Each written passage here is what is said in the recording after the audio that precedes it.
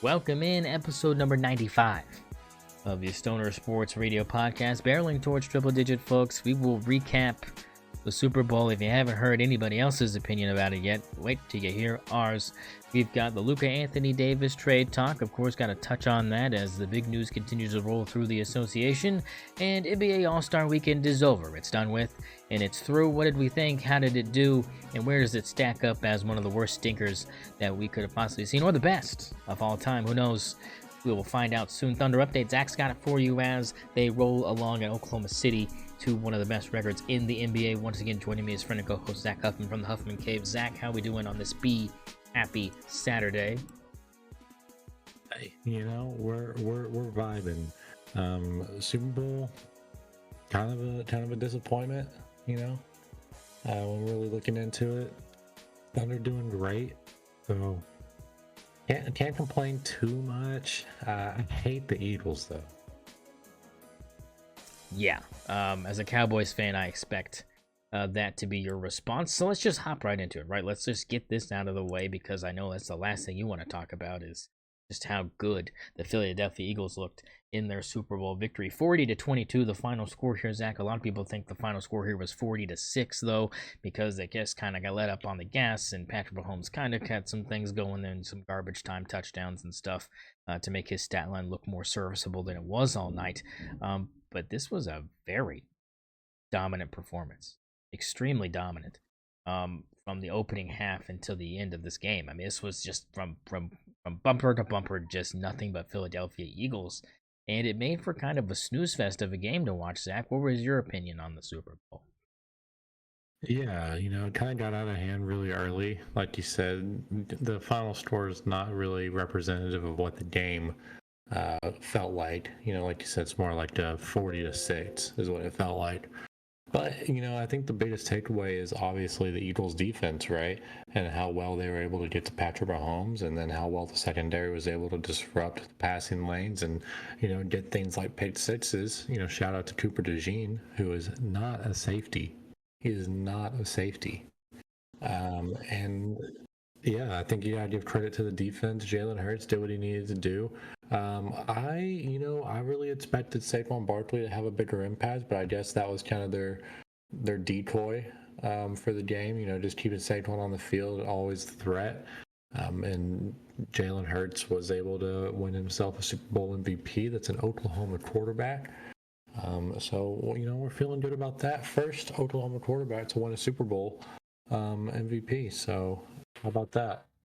Yeah, it's exciting stuff for the University of Oklahoma to be able to hang their hat on that. I mean, it's definitely something that you didn't think was going to happen at the end of this. I mean, you had been very open about thinking Saquon was going to be the one walking away with this, but if you're a Kansas City Chiefs fan, you had never watched this game, which is funny to think of. But if you hadn't, and I had told you that Saquon Barkley had 25 carries for 57 yards and no touchdowns, with the longest carry of the day being 10 yards, I mean, you would probably think, hey, Travis Kelce's proposing, baby, but it didn't happen that way. Like you said, Jalen Hurts, 17-22, 221 yards, 2 touchdowns, an ugly pick in the beginning of this game that at the time seemed to maybe swing things towards Kansas City's way, but they gave it right back. And it was, kind of one of those things where this was more about the wide receivers. Devontae Smith, big game. A.J. Brown did okay, but they had multiple guys with more than 25 yards receiving, and that really comes down to just the poor play of the secondary as a whole, but like you said, also using Saquon as a decoy and allowing these guys to get open. Yeah, and just touching on the defense a little bit, I'm really looking at the defensive line and how big of a game they had, especially getting to Patrick Mahomes. You look at guys like Jalen Carter, Jordan Davis, Nolan Smith, like they were just getting to Patrick Mahomes at a level that what was needed for the Super Bowl, really, if you're going to disrupt a Hall of Fame quarterback like Patrick Mahomes. Something that I wasn't necessarily expecting against the Chiefs, but we had been seeing that against other playoff games against the Commanders. We saw this defensive line go crazy. So I'm a big fan of the D line and what they got going on in Philadelphia right now. They got a young, really, really young defense, which is exciting, but they obviously won't be able to pay them all. So it's gonna be fun to see how that situation develops for Philadelphia. Yeah, big time stuff, big time decisions being made there for sure, and we'll have to see how that plays out. I mean, only time will kind of tell. Entertainment wise, Zach, commercials, halftime, the things that weren't game related. Was that even on your radar because this game was so bad, or was this one of those things where you were just kind of like out of this, completely? Yeah, I was kind of just out of it pretty early. Like it wasn't much of a game. We all knew who was gonna win. I watched the halftime show. I liked the halftime show. The commercials where I didn't really pay attention to them. Haven't been good as of recent, so I'm not too focused on that. But yeah, I mean, I thought the halftime show was pretty good, but no, I didn't pay too much attention to the screen after that second quarter, really. Yeah, it seemed pretty over. People were like, "Well, it's Patrick Mahomes. Patrick Mahomes could do it. If anybody's gonna do it, it's Patrick Mahomes." And I kind of believe that. I mean, he has that kind of Yeah. aura to him. I can see that argument, especially when you break it down to a 3 possession game with 2 point conversions after every score after halftime, and they get the ball to start the second half. They can set the tone. They were trying to build it up like this was gonna be a game, and if they had done what they did in the last few minutes of this game early on in the first few minutes of the second quarter, maybe we're talking about one of the best Super Bowls of all time as far as entertainment factor and momentum swings and everything like that. But it just didn't pan out that way. Like you said, kind of a disappointing game when it comes to entertainment factor and everything like that. I mean, halftime, like you said, was good. I was with a lot of Caucasian folk, and they were having to turn the captions on, and that made me feel pretty awkward because I didn't have a problem understanding what Kendrick Lamar was saying. Just saying, just throwing it out there. But the old whites were not thrilled with the halftime performance, which didn't shock me one bit. But me personally, I liked it. I thought it was pretty good. Was it better than some of the other ones we've seen in the past? No, but I thought it was serviceable. I thought it was, good enough. It kept my attention. It was something to think about that wasn't the fact the game was a blowout. So I thought it was okay. On a scale of 1 to 10, Zach, what do you give the Super Bowl? This one not really that great. I'm gonna go like a 5, honestly. Not the game, very not good. Blowout. Good defense performance from the Eagles in the first half, but once that's over, this game was just sealed shut. And then halftime show, good, underwhelming. Not as good as I expected it to be. So, yeah, I'm gonna go 5 out of 10. Yeah, I'm kind of with you here. This was just kind of middle of the road for me. I could even justify a 4 here, just on just the basis of the game alone. The buildup did not deliver what we saw on the field. It just didn't seem like it was. It just wasn't a good game. And like you said, halftime could have been better. Wasn't the worst halftime we've ever seen. Trust me. If you were to ask me who the worst halftime that we've seen in the Super Bowl for me that I can remember, it's the Who. I don't understand why. Why the Who? Yeah. I don't get it. It was one of the worst ones. I don't get it. There's been a lot of old bands that have been there, but I mean, like Rolling Stones wasn't bad. I'll give you that. I mean, you can roll them out there or whatever, but no, not the Who. The hell were you thinking? Oh my God. But yeah, no, I thought it was 4 out of 10 for me. I can't give it a 5 because I just don't think there was enough game to get it there. I think halftime gives you a solid 4. The commercials, like you said, don't help at all. I kind of agree. There was a huge drop off. There were a couple that made you kind of nose laugh, but there wasn't anything that I'm like, oh, I can't wait to see that again, or I hope this is the commercial I see next on my YouTube ad. There wasn't anything that I was just like, oh, this is worth the minute of my life that this is sucking out of my soul. It wasn't worth it. Yeah, not like it used to be. We used to sit around and actually watch the commercials because they were so good. Now there's just not the same effort put into it. No, it's just celebrities just shilling stuff, and it's like they're not even being funny. They're just shilling stuff. Like I mean, like I just the one I think about is the Meta commercial. Like you have all this star power, and it's just a terrible commercial. Just, I mean, just bad, just all around Bad stuff. But you know what's good, Zach, is the excitement that we had over the trade deadline for the NBA. The Super Bowl may Oh not yeah. have been your cup of tea, but boy howdy do we get some shake 'em up and rake 'em up and holy shit type news coming through the pipeline. Everybody thought Sham Sharania was hack attack on his Twitter. Someone got in and did some shit. But it ends up, Zach, that the Lakers do trade Anthony Davis to the Dallas Mavericks, and Dallas sends Luka Doncic out to play with LeBron James. Go ahead and just kind of break this down for us here, what this could mean here. Give us kind of some of your takes on what this does to the landscape of the Western Conference right now, and just what it means for these teams as a whole. Yeah, so to start out, I want to say that I think that this trade only happened because the owners of Dallas Mavericks are trying to force their way to Vegas so they can start a casino franchise at a better rate, along with the team, and build a new arena with casinos inside that is an attraction for their NBA games as well. And I think that they are forcing the Dallas to be terrible in doing so and just ruining their future. Let's take a second and really think about what Dallas has been doing as an organization the last couple of weeks. So the trade itself was probably the dumbest move in NBA history, right? You're sending a guy who is what 26, 25, 26 25 in his prime. Yeah, 25 in his prime. One of the top 3 best players in the world. Led your team to the finals last year. Dragged them to the finals last year. And is literally set to be a first ballot Hall of Famer if his career continues the way it's going right now. And you trade him for Anthony Davis, who, I feel bad for Anthony Davis because he's getting, I feel like he's getting a lot of flack in this scenario just because he's the one that got, sent or traded for Luka. But like Anthony Davis, he's just a little bit older, and he's just not the same level as Luka. He's just not the same tier for me when you're thinking about like NBA talent.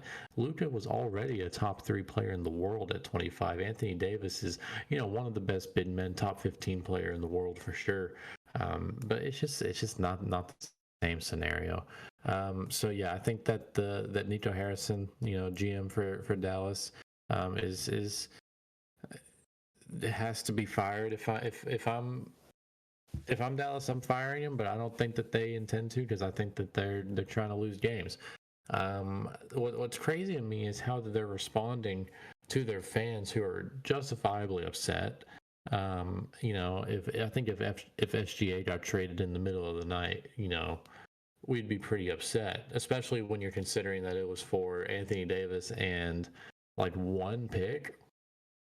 Like, are you joking? An injury-prone big man who's 31 and then 1 pick for a 25-year-old perennial All-NBA player? Well, Like don't this. forget about Max Christie. Is he just a side of baloney? I mean, don't forget about Max Christie. You're right. Um, but this it's just insane to me. So the fans are justifiably upset, and they're protesting a little bit outside the stadium, and the Dallas responds by not letting them wear Luka jerseys into the arena for games. By don't doing things. don't you get sacked, brother? No, that was a good one. That was a good one. That was a good one. I because it is believable because of the trajectory that the front office is dealing with this. It's completely plausible they would pull something this ridiculous. They did do something ridiculous, Zach, which was they released that rap video and like censored Luka out of it with like an obnoxious Mavericks logo while also like color coding him out. Which that was pretty bad. That was pretty bad. Yeah, no. But like you said, what does this do for like obviously, I think we both agree that the Lakers won this trade. I don't think there's any way you can come away with this saying Dallas won this trade because of, like you said, the age difference, where these players are currently in their careers right now. This is not like an equal thing here. Like it's really just not. And I don't know if there's any way to spin it. I think that, like you said, adds to that fuel to the fire of the fans' disdain for the actions that Nico Harrison took here, and it's just not good.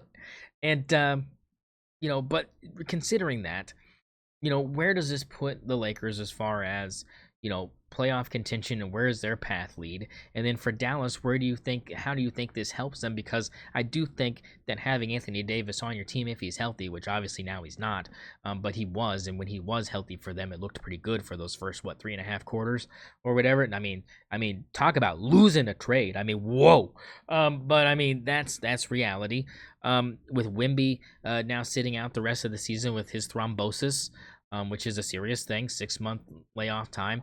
The Spurs aren't looking like they're going to probably be a playoff team. They look like they're tanking for Cooper Flag right now because Cooper Flag's not going to be the number one pick. I mean, I think we all know this.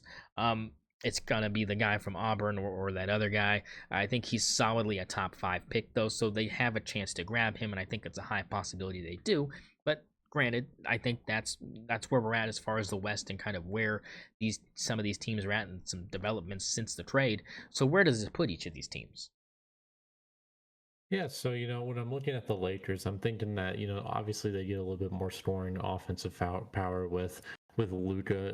If he can settle into his role in Los Angeles, he hasn't been getting full minutes yet, but he's not putting up stats that I'm used to seeing from him. He's averaging like 14 in LA right now, which is not good. He needs to get those numbers back up to where he's at the 28 to 30. Big game against the Nuggets tonight, baby. Range. Yeah, let's see if we can do something tonight. But even so, he's gonna get back to that. I'm very confident he's gonna get back to that. So it's gonna be fun to see him and LeBron, being able to work together and see if they can overcome the fact that they don't have a center really. Yeah.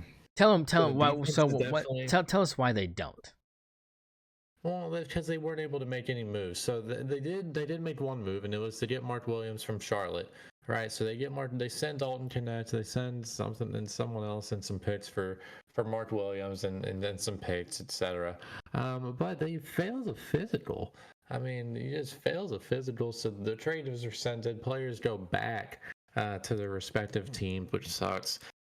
And time runs out. Yeah, and time runs out. Yeah. Yeah, time runs out. So the Lakers end up getting to the deadline, not having a center really made or picked out in the by the trade deadline. So they're stuck with Jackson Hayes pretty much for the rest of the season and the playoffs. So that is going to be tough. I don't know. I mean, they made some moves. They signed Alex Lynn, which is interesting to me because he's so old, but. I guess you need some size. You need a center. Now for Dallas, I'm looking at Anthony Davis and I'm seeing this is obviously going to increase their defense. It's going to kind of disrupt their big man lineup a little bit because you already have Derek Lively and you already have Daniel Gafford, and now you're throwing in Anthony Davis, and that's a big, really big rotation going right there. So Anthony Davis is going to help their defense a lot. And Kyrie's going to have a nice duo with Anthony Davis.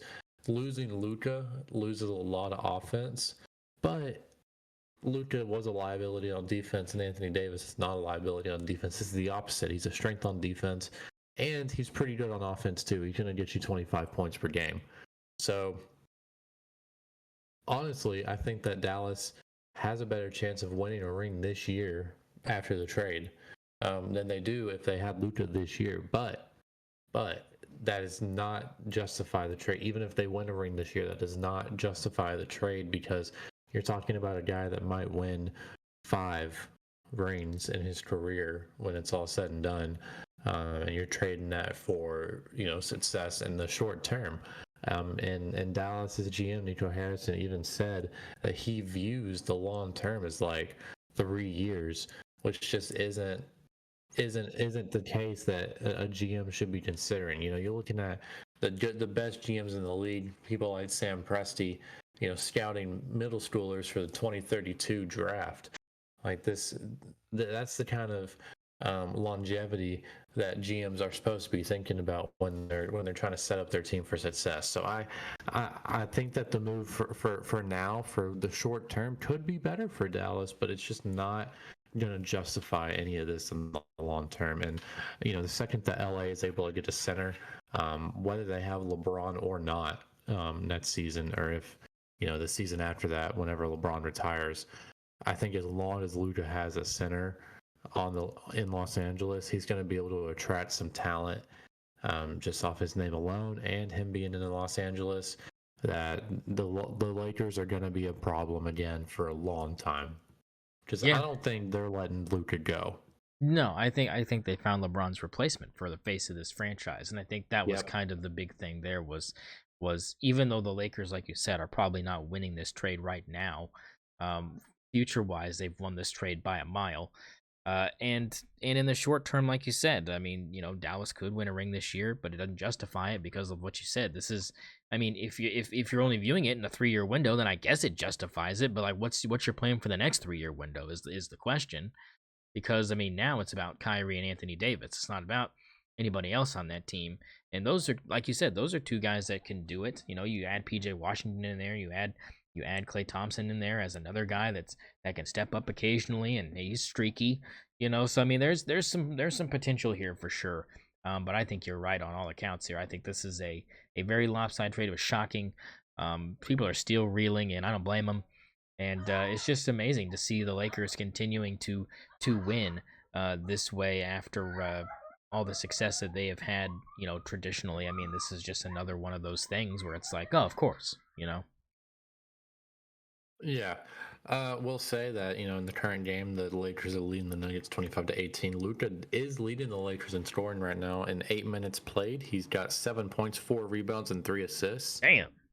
So he's starting to looks like he's starting to get back to normal. Yeah, filling it up. That's good. I mean, that's on pace for almost a triple double. So good for him. Speaking of triple doubles and all stars and all that stuff, we had to. Well, I didn't have to, but I decided to witness what Adam Silver decided to trot out there for All Star Weekend because God knows there was no goddamn football on.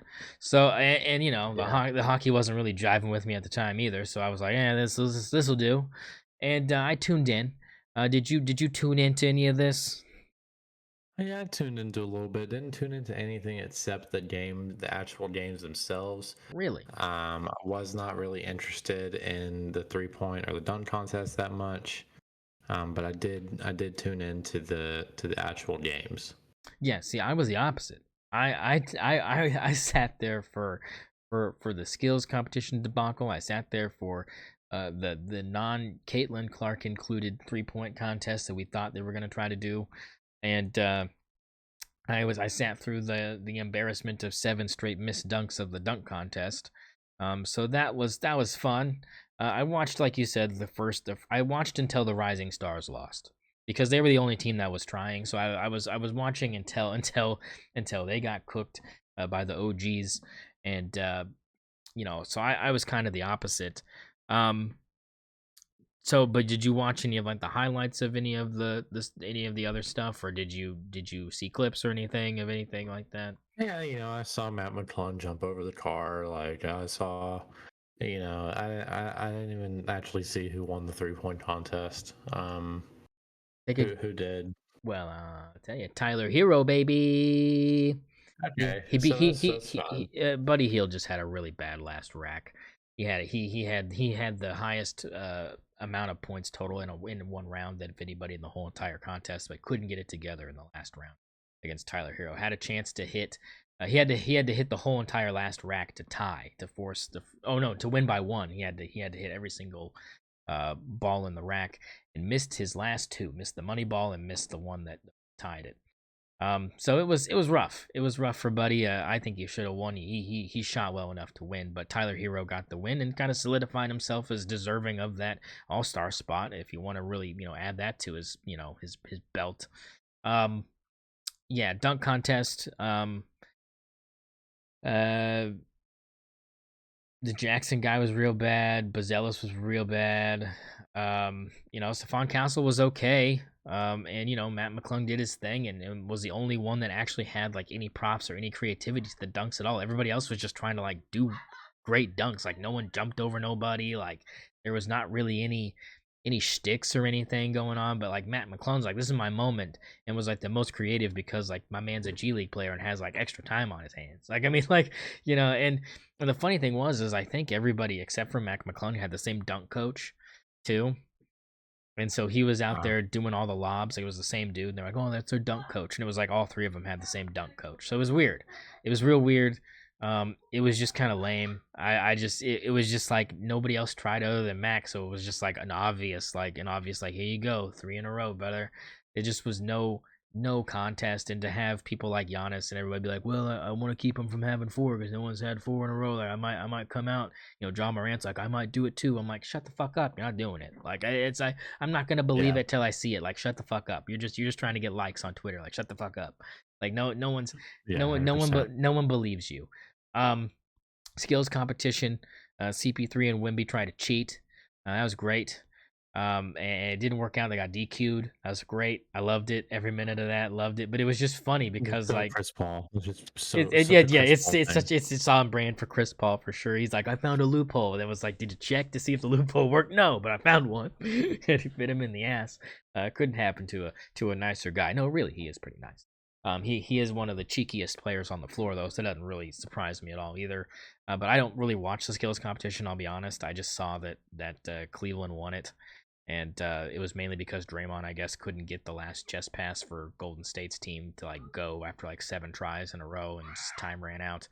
Um, but yeah, disappointed to say the least. What did you think about the format for the games since you watched most of the games? Um, I wasn't really a fan. I think it's time to just go back to the East and West regular game. The like getting to 40 or whatever, in the semifinals, and then doing the same in the final, and then all the breaks in the game. I just wasn't a fan. Yeah, that was the thing for me. Like the breaks, dude. Like it was so bad. It was like 20 minutes in between like stuff, and then Kevin Hart's trying to stick his finger up Shaq's butt. Like it's just nothing was funny. It was just late. Just everything fell on its face. I mean, just play basketball. Like I hate to say that, but like just play basketball. Like I don't fucking know. Yeah, no, 100%. Like, why can't we just see them play basketball, play a carefree Yeah, game of lazy. pickup? I don't. I mean, at this Like point, we're that's like, what we want to yeah, see. just bring us lazy old man basketball. We just want to see people pull up from 40. I just want to Like, see an alley hey, oop from full court just because no one's playing defense. Like, I want to see it. Like, I mean, it's not gonna do anything for yeah, me. we gotta stop worrying about this whole defense narrative, because that's what's giving us these new things like target scores and stuff like Yeah, that. I Listen, mean, if you want players to try, you can do a normal basketball game. Just put some money on it. or Like, put put some some so actual put some money playoff stakes into. on it. Winner Yeah, winner of like the All Star whichever. games Yeah, gets to host the finals as a home team, no matter which team has the better record or whatever. Like yeah, or exactly. whoever's a higher seed doesn't matter. I mean, that would be great. And I don't mind the target scoring either. I don't mind it. I think it kind of does add a little more of an element to like, oh, like we need to push towards like this goal, like, and I feel like it kind of makes the offense kind of move a little bit more. But you should have it set at like 250. You know what I'm saying? Like have it set at an astronomical number. Like don't have it set at 40. Have it set at like 400. Because that way we can at least get a little bit more of that of the lazy. I think 200 would be a good number. Like I think 200 would be a good number because we've seen 250, right? We've seen something crazy like that a couple of years ago, right? Like they won 250 to 220 or something. I don't know if we ever got up that Or high. I think we've gotten someone up scored to. 200. I think it was 200. Maybe I I'm think thinking we've of gotten just to 200. 200. Yeah, So it's like 200 to like maybe like 180. 180. Yeah, cap it at 180. So that's, I mean, that would be Yeah. cool with me. But I don't think you would have to. But I think you would be fine if you wanted to keep that aspect of it. So on a scale of 1 to 10, Zach, what do you give All Star Weekend?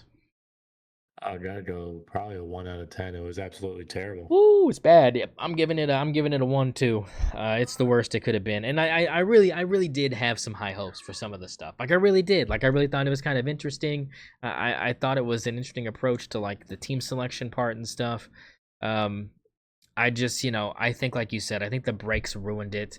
It just made it sluggish and feel like it lasted a lot longer. I mean, I saw somebody with like a chart or something. It was like we got 45 minutes of basketball and like 2.5 hours of filler, for that shit. And it's just like, yeah, that's what it felt like, and that's why I just was kind of sleepwalking through it. But you know who's not sleepwalking, Zach? Oklahoma City Thunder. They're not sleepwalking. They're They're not. not sleepwalking at They're all. not sleepwalking at all. And They're doing really well. Can you give us kind of an update on where this team is at right now? Where we're finally past All-Star break. They've had their game that they've come back from against the Jazz, took care of business there. Now where are we at? What's the mode moving forward? And where do we end record-wise in the season? We getting 70 games? We not getting 70? Are we getting like 68? Where are we at? Yeah, so let's just take a moment and appreciate the fact that Chet Holmgren is back. Chet Holmgren is back. At a He's playing baby. defense at an elite level. He's had a slow get back on offense, but he had a nice game against the Jazz. He put up 20 points. Hadn't seen him put up 20 since he came back from injury, so it's nice to see him getting a little bit back on offense there. But in terms of the broader scheme of things, the Thunder are 45-10, sitting atop the West. I think they're 8 games ahead of the Nuggets right now, who are number 2 in the West. So it's just sitting real pretty. Number 1 in the NBA. This is just a great spot to be in for Oklahoma City. Getting out of the All-Star break here. In terms of MVP race tots, right? We're in the midst of it, of SGA kind of almost locking in his MVP. Jokic is starting to make a last second push with his team's success, but I think the Thunder still being 8 games ahead means a lot when we're talking about the MVP race here, especially when you throw in the defense factor and the fact that SGA is legitimately a candidate for all defensive first team in the NBA this year. I think that he's probably going to get this MVP, and we're looking at the Thunder getting the MVP award and having one of the best records in the league. So I think that yes, this team is probably able to get to 70. It's going to take locking in for real, because you can only lose 2 more games. And then you can only have 12 losses. They're at 45-10 right now, so they would have to go 25-2 in order to win 70 games, and I think they could. I really think they could. I just don't see that necessarily happening. But I'm looking at more like 67 wins, 67, 68, and that's still historic when you're talking about an NBA team. Now, some of the stats that this team is putting up, and the fact that we didn't have Chet for most of this is crazy. I mean, net rating is like a plus 14 right now, which is, if you don't know, that's offensive rating minus defensive rating. That's how many points you get per 100 possessions minus how many points you allow per 100 possessions. And the Thunder are at a plus 14. To put that in perspective, the highest team in NBA history before this season, I believe, was the 96 Bulls, and they were a plus 12. The Thunder are sitting at a plus 14. This regular season is one of the best regular seasons in NBA history, especially when you look at it from a defensive perspective. And I don't think it's getting the attention it deserves. Yeah, We're looking at a situation where we legitimately might have the MVP and the Defensive Player of the Year and some all defensive guys all on the team. And if Chet was healthy the entire year, we're talking about probably 2 All NBA guys. Lou Dort has a legitimate shot at Defensive Player of the Year now, with Wemby going down with his blood clot. And his competition is going to be Jaren Jackson Jr. and Evan Mobley, but Lou Dort's right there with those two. And some of the other role players, Jalen Williams, an all-star, he's probably going to be an all defensive first team guy. Oh yeah, just based on the impact that he's had on the defense. And then these role players, Aaron Wiggins, Isaiah Joe, Kristen Wallace, they've just been playing so well. Aaron Wiggins, especially as of recently, the night of the Luka trade, he had a 41-point game, so that kind of got overshadowed. Yeah, the big time, big time. Bit. Yeah. And since then he's had a couple of good games that have really, he might be. I was listening to the Down to Dunk podcast actually, and they were saying that he might be like kind of the new 6th man for this era of the Thunder, and our real spark off the bench that we haven't had in a while. Anyways, Luka update: 16 points, 4 rebounds, 3 assists in 10 minutes now. So he's on pace for 64. Cinema, baby, cinema. I mean, he's back. We're so back. He's back. He's been hearing the slander. He's back. It's and he's going when he goes against Jokic, man. He always brings it. That's the other thing is they're such Yeah. buddies. He loves having that over him, and I think that's so fun because they love each other so much, and it's so obvious that they're friends and stuff. And I know that used to irk people about Katie and LeBron and like a bunch of players these days that are really buddy. But it does add like kind of a cool element to it because it's like he's not gonna let him hear the end of that shit. Like he's gonna talk his shit. Like and he'll talk it in Jokic's native tongue right to him too. He ain't gonna go fuck. Yeah.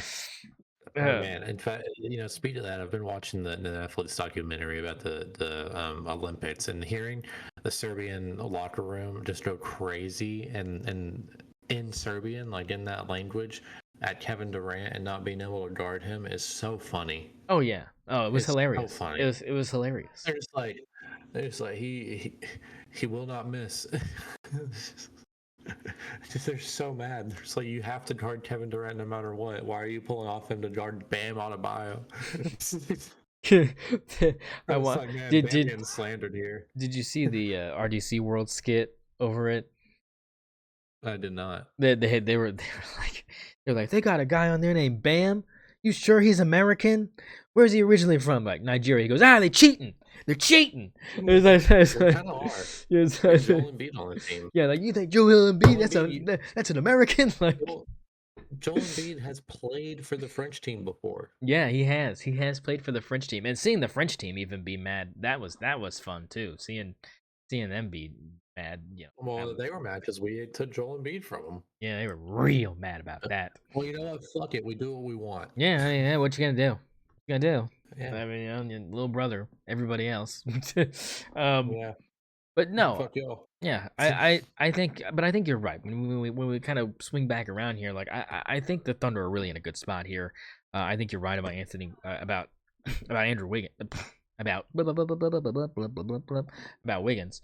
I do think he is gonna. I think Aaron Wiggins is gonna be that sixth guy off the bench. So we've kind of been missing as far as offensive firepower. I think he's beginning to gain confidence. I think that 40-point game after he did have a couple of games before that where he just wasn't playing well. I think that really kind of helped him kind of restore some of his confidence, and I think that was huge as far as solidifying that possible position for him off the bench that we've kind of been needing since James Harden left. I think once James Harden left, I don't think we've had like a solid guy that's coming off the bench that's like, like the sixth guy. Like, you can't tell me Carmelo Anthony's that dude. Like, I'm sorry. Like, he just was too much. Yeah. He was too old. Like, he wasn't gonna give you 20 off the bench when he was coming off our bench. It just wasn't happening.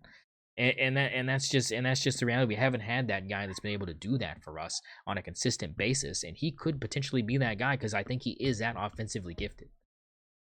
Yeah, I think so too. I think it's him or it's Isaiah Joe, and right now I think Aaron Wiggins is making a really strong case. And his defense has improved a lot. After kind of being a mediocre defender, he's starting to improve a lot on that end. And if I think he's shooting like 45% from three as of recently. So I mean, you gotta give out big props to Aaron Wiggins here. Yeah, big time stuff. Big time stuff from the Wigster. Look, Zach, I mean, this was a short and sweet episode, but there's not much going on right now. We've got stuff gearing up, though. We've got more content to give you guys for sure, but this is kind of where we're at. This is the worst time of year for sports fans because it's that in-between time. We're waiting for the NBA playoffs, so we're waiting for these last 30 games to be done. Football is still, kind of the side menu. I know we have the spring professional league that's starting, but no one really buys into that as much or is as zany about it as college or NFL, even though it's out there. Baseball's back. I mean, I don't care, but I mean, I know some old people and some baseball fans care about that. There's nothing really going on other than March Madness here in the next like 30 days. So we're just gonna try to give you what we can. There's developing stories every day in the sporting world. We're trying to give you the best of recapping some of that throughout the week. It might not be as lengthy of a discussion as you're used to, but it's stuff like this. The Greg Popovich thing, Zach. I mean, he's out for the rest of the year because of his stroke that he had. He's not coming back. But I think that plays into what we said earlier about them kind of tanking for this top 5 pick. I think that kind of leans into it, and I think he'll be back to coach this super Spurs team we might have. Yeah, I'm not so sure. It's kind of seeming like he might be done. They said they weren't so sure about his future. after this season, even though he's not playing, he's not coaching anymore this season. Wemby definitely out for the season. That hurts.